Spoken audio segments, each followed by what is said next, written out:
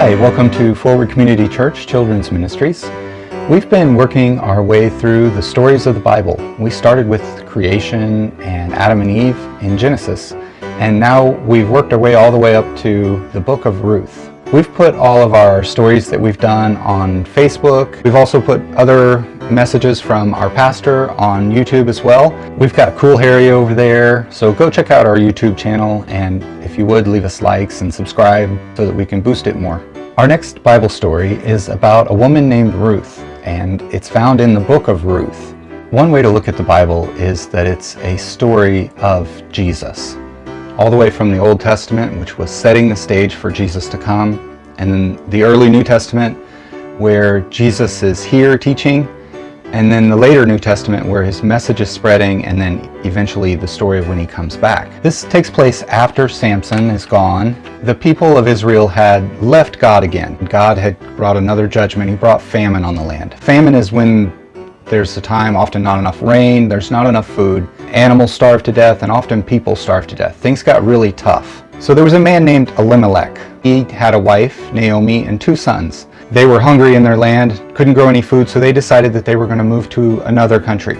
They moved away to a country called Moab, and the people in Moab worshipped idols. They didn't follow God. And the 2 sons got married to 2 Moabite women. A little time went on, and things didn't go well for them. Elimelech died, and his 2 sons died. They left behind Naomi and the 2 daughters-in-law, Ruth and Orpah. Naomi was, of course, very sad. All of her things that she'd worked for in her life were gone with her husband and her sons, and she heard that things were better back in her homeland, back in Israel. She decided that she was going to pack up and she was going to move back to Israel. Surely things could be better there. She talked to her daughters-in-law, Ruth and Orpah, and she said, "You know what, you girls have been good daughters-in-law. I want you to have a good life, so why don't you just stay here and get married to someone else, and I'll go back to Israel." Orpah did just that. She decided that she was going to go back to her family and continue her life there in Moab. But Ruth said that she wasn't going to leave her mother-in-law Naomi. In fact, she knelt down before Naomi and said kind of a beautiful poem and told her that she would live with her for the rest of her days. Naomi's people would be Ruth's people, and she would take care of her. Ruth didn't have to do this. This was such a generous and kind thing for her to do, to take care of her mother-in-law, that yes, it was her mother-in-law, but really she could have gone on with her life. But she pledged her life to take care of this woman. Well, they moved back to Israel. Naomi, the name Naomi, means pleasant. But Naomi was very sad that her husband and sons had died. So she told all her friends, "Don't call me Naomi anymore. Don't call me pleasant. Call me Mara," which means bitter, because life had been bitter for Naomi. Ruth had left behind her land in Moab. Remember, the people in Moab worship idols. They don't worship God. But Ruth decided to change her life, and she decided to follow the one true God of the Israelites. Life was hard, though, if you were poor in Israel in that time. If you couldn't raise your own food, one of the things you had to do to survive was called gleaning. Whenever a field was harvested, some of the grain falls to the ground and doesn't get picked up.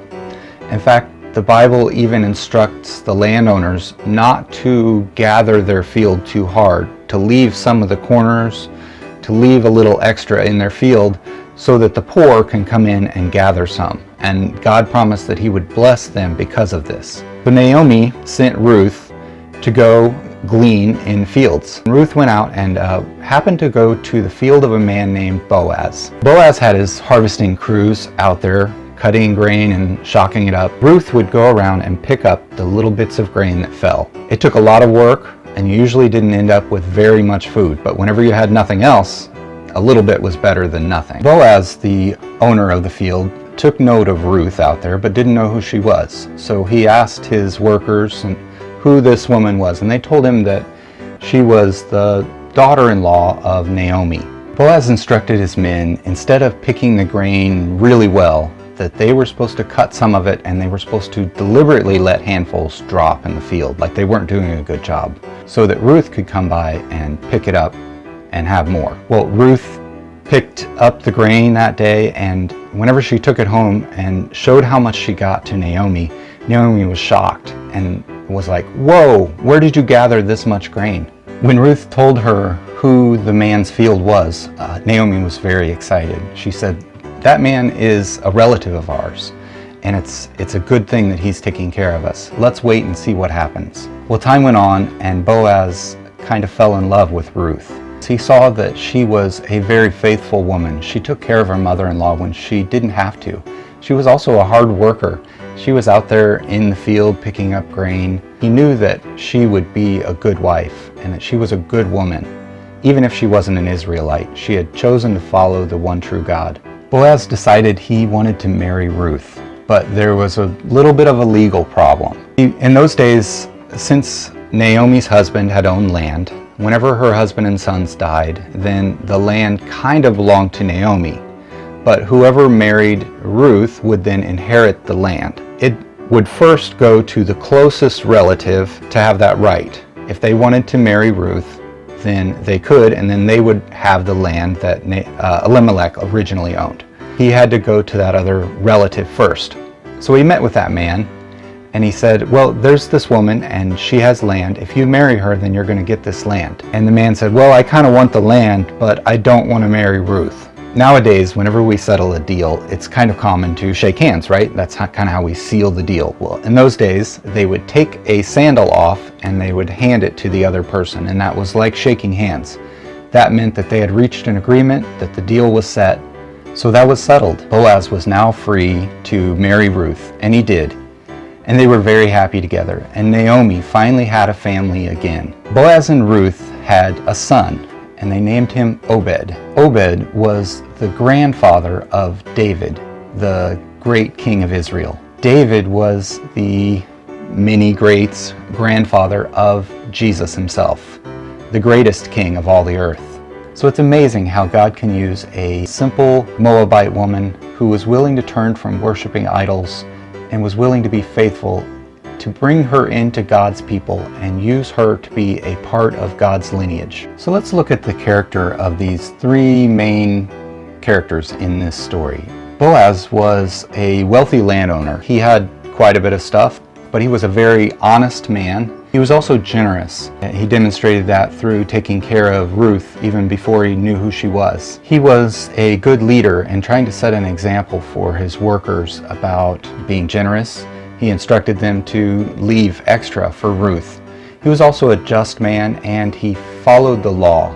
He made sure to do the proper things so that everything was correct before he took a step. Naomi appears to be a very loving person.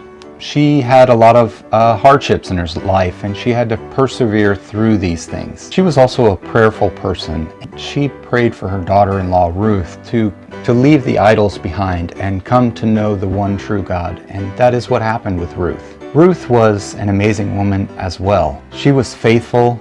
She worked hard. She was willing to really go out of her way to make things work for her mother-in-law Naomi and herself. She submitted to her mother-in-law's rule and the rules of the land where she was. She operated in a spirit of gratitude for what God had given her. She had great humility and was willing to stoop down and glean a field, some of the lowest, poorest work, to take care of what she felt like she needed to. And through all this, God blessed all of them.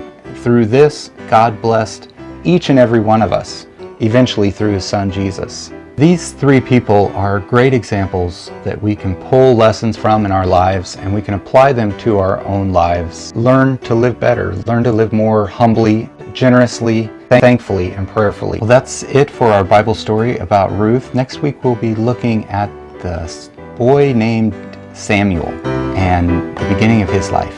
So I hope you have a great day, and God bless you all.